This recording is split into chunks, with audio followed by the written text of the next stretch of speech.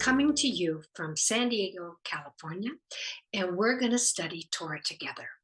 Now we are in our next to the last portion, and then let me show you the workbook that we're going to be using. It's called A Year Through the Torah, and it's a week-by-week journey for Christians. And so if you want something new, if you want something deeper in your Bible study, personal Bible study, why not commit to an entire year of going through the Torah with me? And we're going to be studying the 5 books of Moses. So that's Genesis through Deuteronomy. So let me put on my Hebrew glasses and let's look at the Messiah that is found in the last few chapters of the Torah. So I'll share my screen and let's begin. So today's portion is called HaAzinu, and it means to give ear. And we're going to be covering Deuteronomy 32, 1 through 52. So let's get started. So as I said, HaAzinu means to give ear, and I wanted to show you it in its verbal form, which is the word azan. Azan means to ponder, to absorb, and weigh impressions.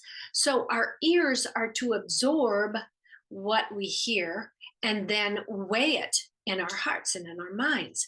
And what is so beautiful about this, it's the root word in Hebrew for balance. So God gave us 2 ears, and what is balanced? A scale.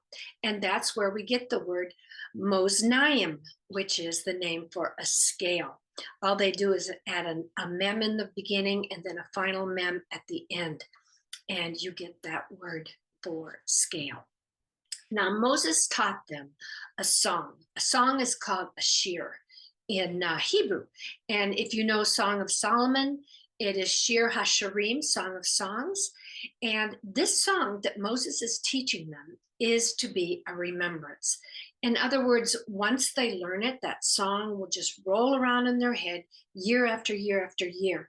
And like many of us today, we remember songs from our past, even from our childhood and our earliest years. Now, a modern title for this song could be Fair and Balanced. Okay, because that's what a scale is. And to me, I was looking at this and going, oh my gosh, if you could pick 4 things, north, south, east, west, and have perfect balance, what would it look like? Well, that fair and balanced scale would be justice and righteousness balanced with God's mercy and grace. And let me show you another picture. Isaiah 28:7 says, I will make justice the measuring line and righteousness the plumb line. And you know what this word is for plumb line in Hebrew? It's the word kavah. Kavah means hope. So if something is just and right, we can place our hope in it. But what is so beautifully balanced here is that if we were judged just by our own righteousness or holiness, there is no hope because we all have sinned. So what God does is he balances it perfect as he raises Jesus on the cross and he holds out his arms in grace, which is giving us what we don't deserve, forgiveness and eternal life, and not giving us what we do deserve, which is death. So the cross is a perfect picture of fair and balanced. And boy, is that a picture for me. It's really powerful, I think.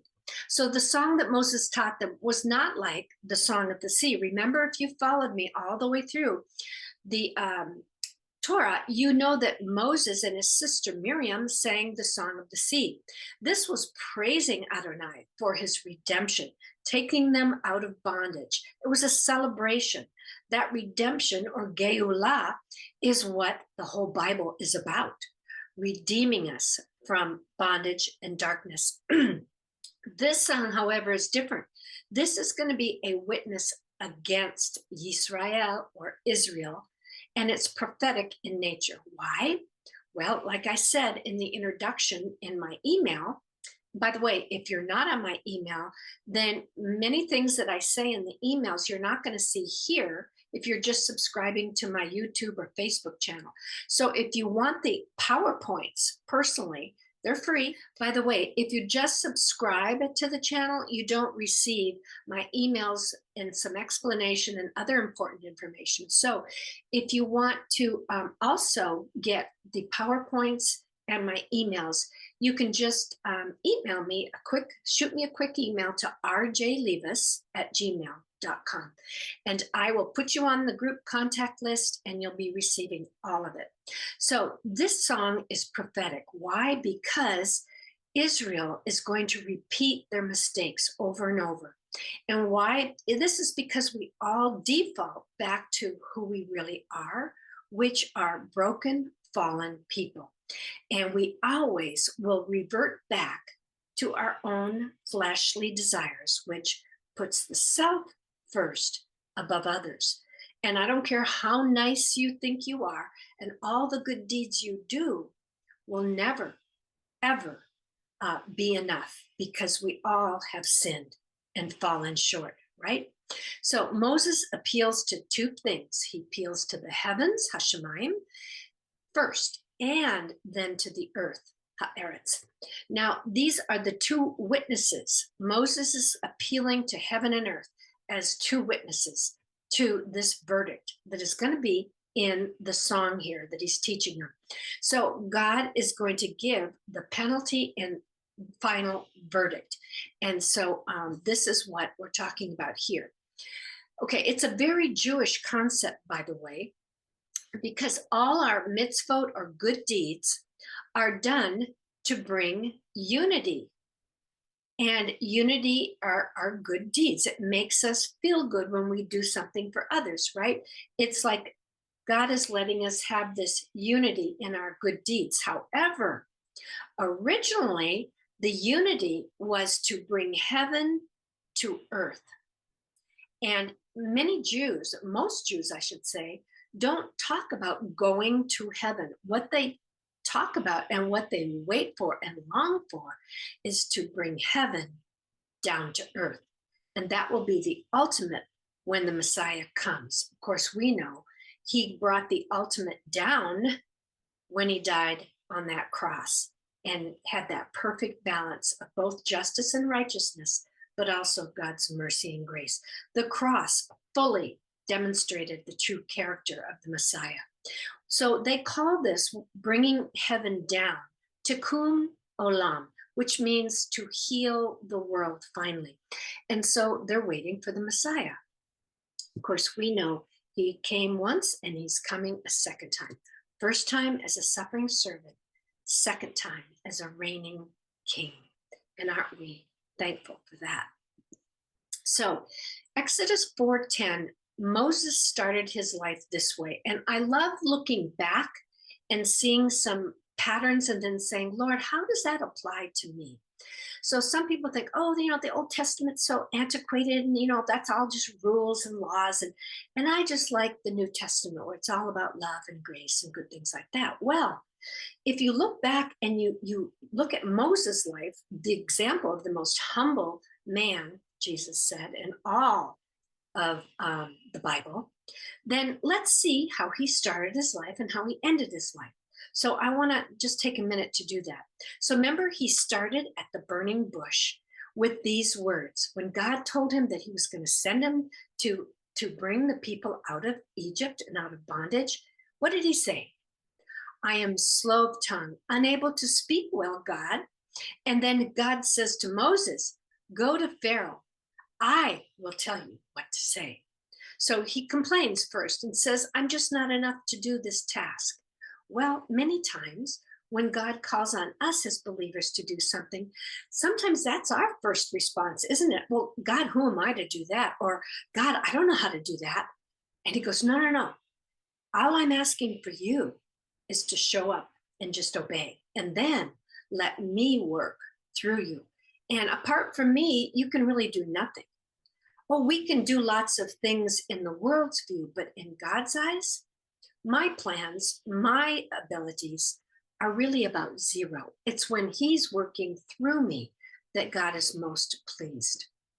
So in God's hands, we all have potential, right? So now at the end of his life, we see Moses writing the entire Torah, and he's writing it in the form of a song for all of Israel to sing. One song with one voice. And then I took it all the way to the end of the world in Revelation, where we're all going to be singing one song before the King. And it's going to be with one voice. In other words, the bride of the Messiah will be at the wedding feast, and there'll be celebration, and we'll be singing the wedding song. And so notice how Moses starts this song. I will proclaim his name and declare his greatness. Wow, has he changed based on the beginning of his walk with God and then at the end? Look at what God did in Moses' life, and he'll do it in yours and mine as well. So take courage if you're feeling discouraged in any way about how far you are in the Lord, or how many times you've let him down, or you're such a sinner that God could never use you. Have you ever said those things? I know I have. So just take heart that God does it through you. All you do is show up.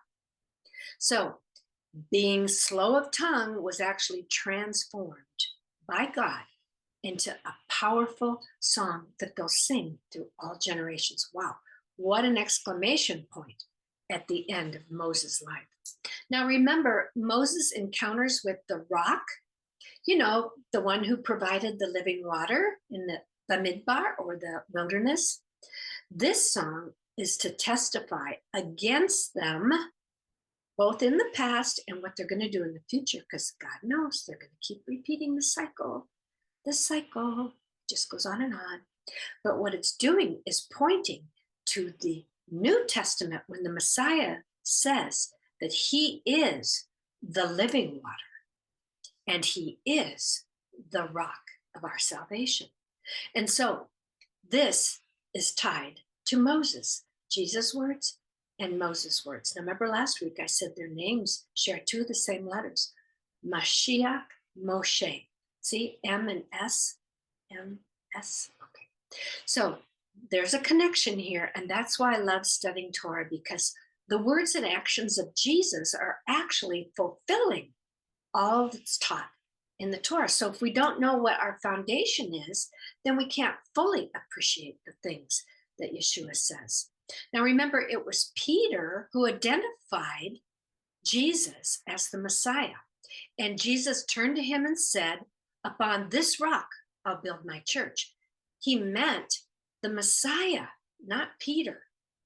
So he says, and I'll build my kingdom, or my church, on this rock, the Messiah, and the gates of hell shall not prevail against it.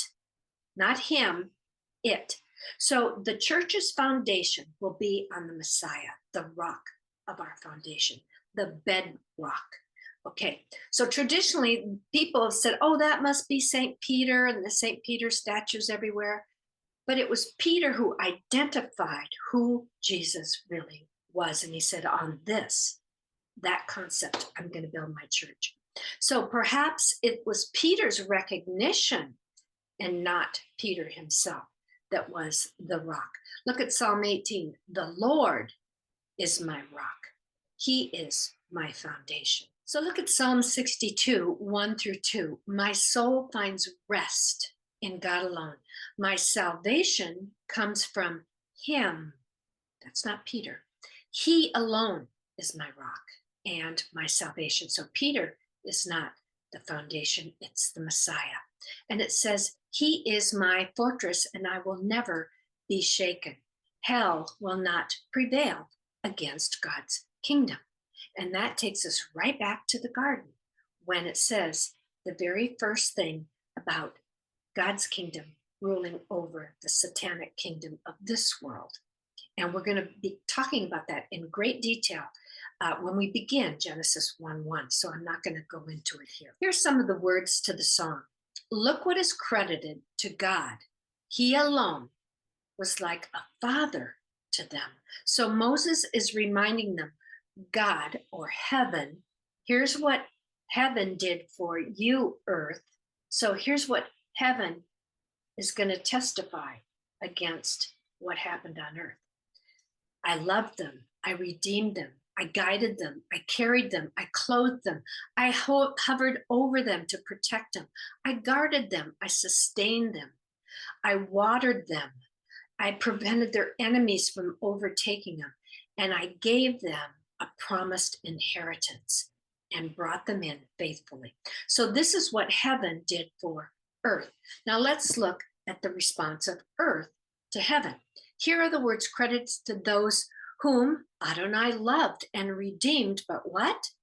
Turned away. And this is their condition. He said they were corrupted, perverted, they scorned him, they ignored him, they forgot about him. They actually sacrificed to demons. They turned away from him. They had no common sense. They lacked discernment. They roused him to jealousy, and they provoked him eventually to God's wrath. So all the good that God had intended, the needle went in the opposite direction in this song. Now in Deuteronomy 32:15, it says, yet Yeshurun grew fat and kicked. He abandoned God, his maker. He scorned the rock, his salvation. Who's he talking about? He's talking about the Messiah. So Yeshurun, by the way, is the poetic name for Israel. So you see the first three letters of Yeshurun, it's Yod, Shin, Resh. Well, here's Israel, Yod, Shin, Resh. So this is the straight or goodness of God, and that's Israel's name. So it says you ignored the rock that what? Fathered you. Oh my gosh. So God was their father. And just like a father, he guided, protected, provided, right? So it's the Messiah that is our rock. And it said you grew fat and kicked and then abandoned. Now, this is a picture of every generation that turns its back on the Messiah. What happens? God gives them the blessings, and what happens? They grow fat and lethargic and apathetic, and then that apathy creates this indifference, and indifference then creates a forgetting. The forgetting then, man makes new ways and new rules, and before you know it, he's right back into this, right back into a fallen state where there's perversion and there is disorder and disharmony. So this happened in every great kingdom, whether it was the Syrian, the Persian, the Roman Empire, all the Ottoman Empire, you name it. And this is what happened. It's called the cycle of the rise and the fall. And so this is what we're being warned against in this song. So God's response, he said, I considered putting an end to them, erasing their memory from the earth, but I feared the mocking of the enemies. They that think to themselves, oh, we ourselves accomplished this. God had nothing to do with this. Isn't that what we're hearing today when we see things?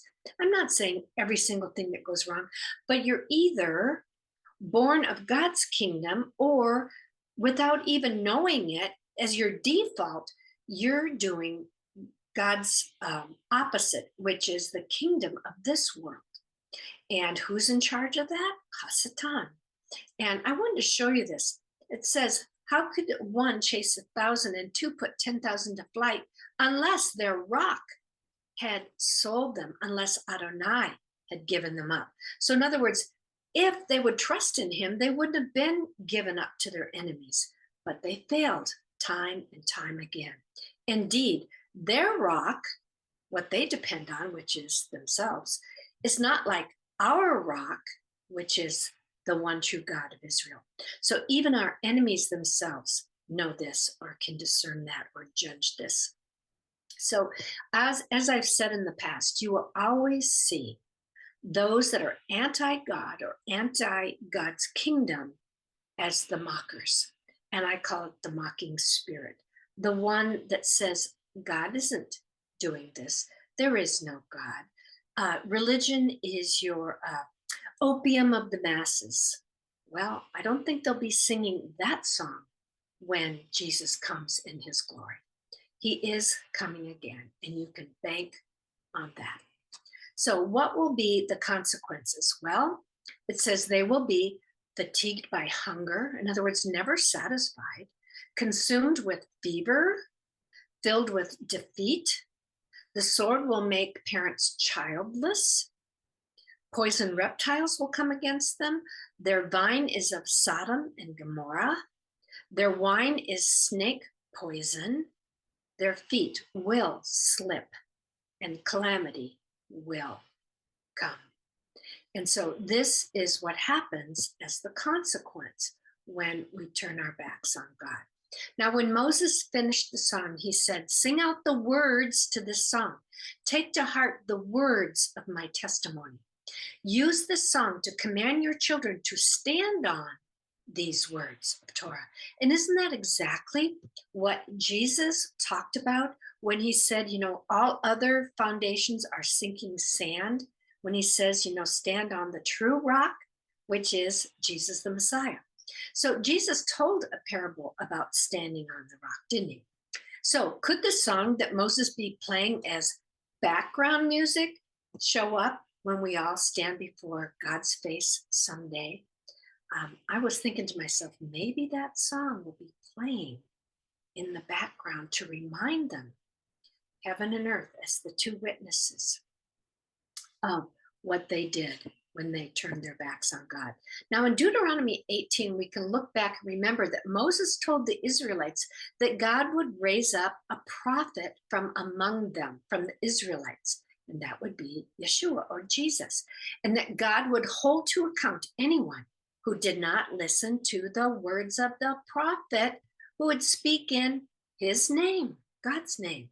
That's exactly who the Messiah was in Yeshua. Jesus said to those that turned their backs on him as the Messiah, "Do not think that I will accuse you before the Father." See, Jesus is talking about God as a father. "Do you know who will accuse you? It'll be Moses, the very one you have counted on to follow rules but not have a relationship with the one true God. For if you had believed Moses and actually followed and obeyed, you would have believed me because he wrote." Remember what he was writing? "There'll be one that will come after me."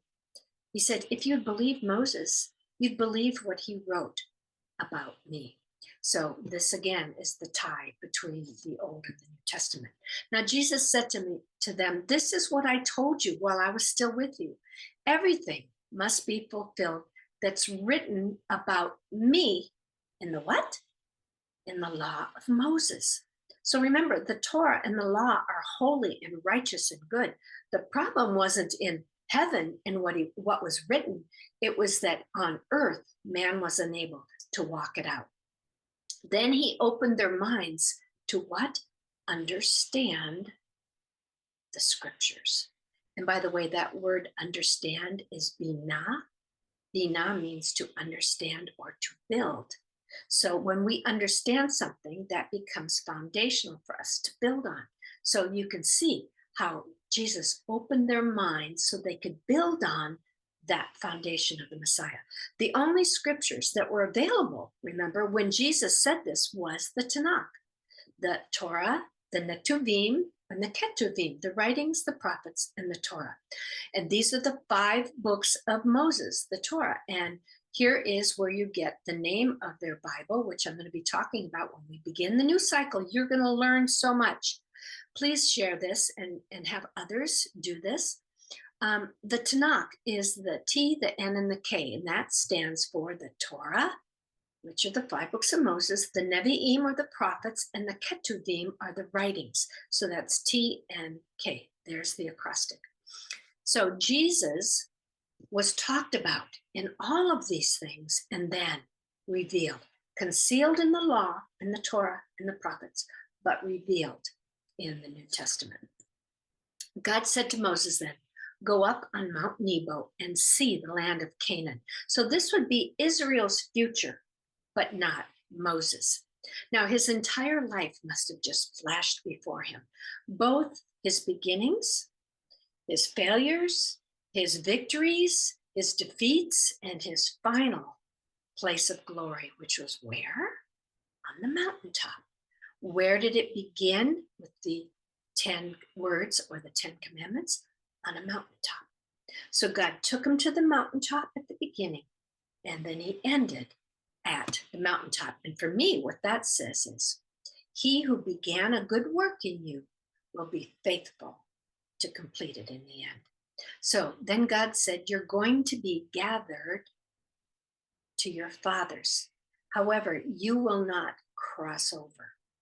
Okay, they were on the east side of the Jordan, and they were about to cross over into Canaan, right by Jericho. And it was because Moses and Aaron didn't give God the glory when they stood in front of the rock. And God said, just speak to the rock. You don't have to hit it. And yet Moses struck it twice. So perhaps that represented the two destinies. Both Aaron and Moses died on mountaintops and never stepped into the promised land. So he says they didn't give God glory. Look at the word for glory. It's kavod. And it means to weigh the importance or value of something. So isn't it interesting that this portion is called HaAzinu, which are 2 ears to hear and to weigh all the truth? Okay. And he says, why can't you go in? Because you didn't weigh my words properly. And so you are cut short of the ultimate promise. Although he used Moses, Moses too wasn't perfect, was he? He was a fallen man who God used in spite of his shortcomings. Now remember, Moses had actually killed somebody way back in Exodus. So just know that God can use people like you and I. We all have potential when we're placed in God's hands. So Aaron and Moses were given new life and crossed over back when they were first born. Do you remember? Oh my gosh. Okay, here's what hit me this time. They both were given new life, just like the children of Israel were going to get a new life in the promised land. They would all cross over and have a new life. Well, in the beginning, this is how Aaron and Moses both started, right? Their mother gave them birth. They crossed over into new life. And guess what? What was their mother's name? Jochebed. And what does it mean? God's glory. Oh my goodness, I never saw this before. And I'm like, oh, what? Wait a minute. There's something to be said in this word for glory. He said, you didn't give me glory, so you're not going in. But yet their mother, whose name was God's glory, actually started that way by giving him new life. And they crossed over from darkness of the womb into the world. So that's exactly what happens when we're born again. We're taken from God's womb and given new life to live out on this earth. So there's so much richness in these Hebrew words. This is a word you definitely want to put in your Hebrew word book. So remember, the word for river, remember I told you that was kahal, and it means what you inherit. Well, I got to thinking, our inheritance comes from above, right? Just like the rain comes from above and it comes down and it flows down from the top of the mountain to the rest of the world, and it hits the lowest and the highest, doesn't it? Well, this is the word for inheritance, a river. And we see in the very end of the scriptures, it says, I saw a river flowing from God's throne, from his place of glory. And that's our inheritance. And what came from this rock originally? Water. So this is all a beautiful picture of the beginning and the end of our faith. And God is faithful to bring it to completion. Now, our Messiah's Sermon on the Mount, remember that? He said, the sun shines on both evil and good. And God says, what? The water, the rain on both the just and the unjust. Now, Jesus ends that with these words, be ye perfect as my Father in heaven is perfect. I want to look at that word just briefly. In Greek, perfect is teleos. And here it is. I pulled this up on Strong's. And it means to be brought to its end, or to be finished, or to lack nothing. So when Jesus says, be ye perfect, it means be whole. You'll lack nothing if you follow me and obey and listen to what I teach you as truth. So in Hebrew, it's tamim shalem, and it means to consummate human integrity and virtue, that which is perfect. And I'm like, oh my goodness, in Hebrew, it has the word peace in it. Perfect peace. And what does it say? He will keep in perfect peace those whose minds are set on thee. Who is thee? The Messiah, our foundation. Our minds are at peace. See how beautiful all these words are connected.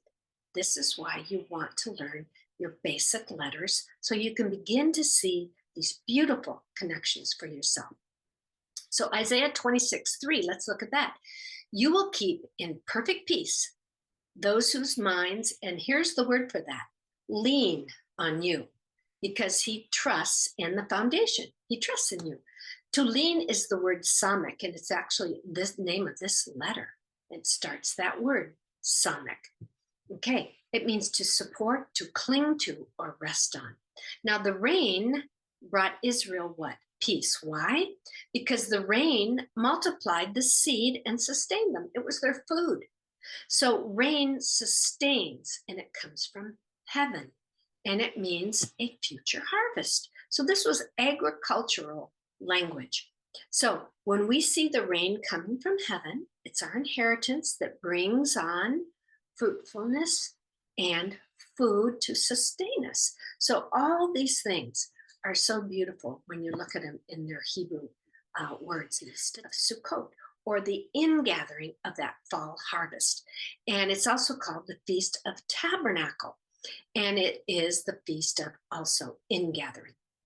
Now Sukkot comes from the word sakach, and it means to cover, protect, and it's also means the tabernacle, because it's a place of protection. And it's also the word for a booth, or being covered, okay? So during Sukkot, they build temporary coverings or shelters to remind them of wandering in the desert when God was faithful to them to bring them to this place called the Promised Land. And it's also the time that they all gather. They celebrate the end of the cycle of ingathering. They sing, they dance, they feast, and they pray for what? Rain, for more inheritance. And I'm like, this is something churches should be doing. We could get together and teach these principles. We can't keep Torah perfectly today. There's no temple. There's no more sacrifices. But we can take the principles of Torah and incorporate them into our worship, and actually teach these principles. They're going to look different in our culture and in our context, but we can still celebrate the principles of Torah. This is why we need to know what they are. So in the future, the rabbis believe that this is the only feast that'll be celebrated when Messiah returns. And doesn't that make sense when we think about the end of Revelation, when they talk about the wedding supper of the Lamb, when only those with robes of righteousness will be let in? The whole time he calls to everyone in the streets, come, come, come, come, come to the wedding. But those that reject and turn their backs will be cast out, and the door will be shut and locked, and it'll be too late then. So the Bible begins with a couple in this place of provision, and it ends with the bride and groom in a place of provision and protection. So this is the final tabernacle of Sukkot. And I'm going to show you some other things that are beautiful about that. Now, the Feast of Tabernacle is when they're waiting for rain for what? A new harvest. So this could be a time when Christians pray about, Lord, bring revival, bring a new harvest of believers, bring all those that are stragglers on the edges. So this was a 7-day feast. There's that number 7 again. So from day 2 to day 7, they had a celebration of the pouring out of water. And then on the 8th day, it was their day of greatest joy. Remember, I said 8 is the day of starting over. So you have 7 in a cycle, and then the 8 starts it over. We're going to talk about that in Genesis 1, so I'm not going to do it here. At this particular festival of Sukkot, they recite Isaiah 12:3. Therefore, we with joy, simcha, we will draw water from the wells of salvation. And this is exactly what they do even today, is they go and draw water from the river, and they bring it and pour it over the altar. Of course, there is no altar, so I don't know where they pour it in Jerusalem now. Probably they bring it up to a place of celebration. I'm not sure. I might have to look that up, so next time I'll know. If anybody knows, email me. Okay, so during the Second Temple period, there was a 70-foot high menorah in the inner court. Now, all the courtyards in Jerusalem were lit with these huge menorahs. They weren't like our menorahs this high. Okay, so the wicks were made of the priests' old garments. It was reminiscent of the Shekinah glory that was present when Solomon first inaugurated the temple. Remember that? It said he had this huge celebration when David wanted to build the temple, and he said, but David, you're a man of with blood on your hands. He had killed people. So he said, your son Solomon will be the one to build me a temple. And it was so amazing that they had this celebration, and all these menorahs lit up the courtyards in Jerusalem with the inauguration of Solomon's temple. It was so spectacular that the rabbis say, if you haven't experienced this kind of light in Jerusalem, then you don't know true joy. Wouldn't that be fantastic for us, all believers, to be able to be in Jerusalem when they have these menorahs lit in every courtyard? Talk about a city on a hill that's lit. That's what Jesus was talking about when he said, when you have light, you put it on a lampstand. Well, that's exactly what they do in this particular feast. So 6 days, they had 3 blasts of a silver trumpet, and the Levitical priests circled the altar. Now I'm talking about in the days of the temple. They circled the altar 3 times for 6 days. Then on the 7th day, which was Hoshana Rabbah, or the great day, they followed by this water pouring ceremony when all would parade back to the temple and pour it then on the altar. And the trumpets, and they were singing, and the lit menorahs, there was great joy. Now there were 3 sets of 7 blasts on the 7th day. So there's your 7 again. And they went 7 times around the altar. Remember, the word for 7 is sheva, and it means oath also. So this is a final oath. In other words, something that's fixed. And so we see 3 sets of the 7 blasts and the 7 times circling the altar. They also carried palm branches and sang the great Hosanna, or Hoshiana in Hebrew. So this was done Hoshana Rabbah, which is the day that they would circle 7 times and sing. Then what would happen is on the 8th day, this was called the 8th and final day of the water and the light ceremonies. This was the day that Yeshua taught in the temple and stood up and said, I am the light of the world. And later that day, Yeshua healed the blind man and said, as long as I am in the world, I am the light of the world. So he said it twice in one day. The light of this world and the light of the world to come. Now, the 8th day was a Sabbath, and the Pharisees knew that Jesus was claiming to be the Messiah. Why? Because he said, I am the true light. In other words, they were waiting for the Messiah to come when all Jerusalem would celebrate this final feast. And Jesus says, oh, I am the one you've been waiting for. I am the Messiah that you've all been waiting for, to light up Jerusalem. And so they thought they had to find something wrong. So they accused him of healing on the Sabbath. And of course, we all know that Jesus says, the Sabbath wasn't made, man wasn't made for the Sabbath. The Sabbath was made for man to show them God's holiness and final rest. So Jesus said, which is better, to heal and make somebody whole, which is what the Sabbath was a picture of, holiness, or, to keep the law.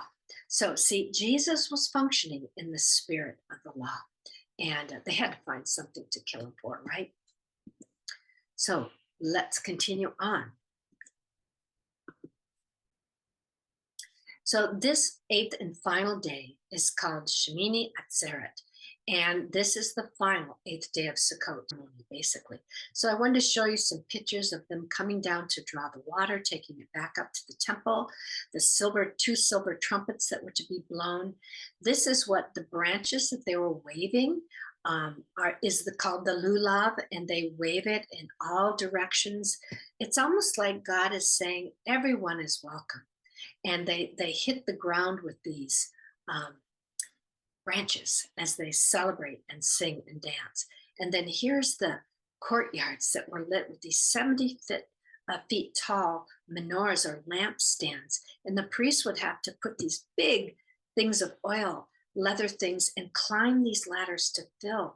You can imagine how the city on the hill must have looked. So what a final celebration. And when we begin Genesis 1, we're going to be talking in great detail about that. So please join me then for more detail. But I wanted to show you some fun homemade sukkahs that I found online. People can build these. You can build one. You can just make a little temporary shelter. If you have a tent, put it up in your backyard and teach your children these principles of joy and celebration and feasting and being called into that final trumpet blast when the Messiah returns and being counted as righteous and putting on the wedding clothes. And so this is a wonderful way to end this teaching today. And I want to recommend this book. It's so excellent. It's called The Feasts of the Lord by Kevin Howard and Marvin Rosenthal. Here's one of the pages. They have beautiful pictures. And here's some of the things that you can see inside the book. The Passover, the Feast of Unleavened Bread, all the 7 feasts, and then additional observances, which we can incorporate into our celebration and worship services, not so that we can be Torah keepers, but that we can take the principles of Torah and incorporate them into our life today. So that is a great way to end here. I pray that you will enjoy this coming week as you think about ways and pray about ways that you can incorporate some of the things that you've learned today into your worship service when you go celebrate this weekend. So Shabbat Shalom, and order your workbooks today for the new Torah cycle so you can build your foundation. Shabbat Shalom.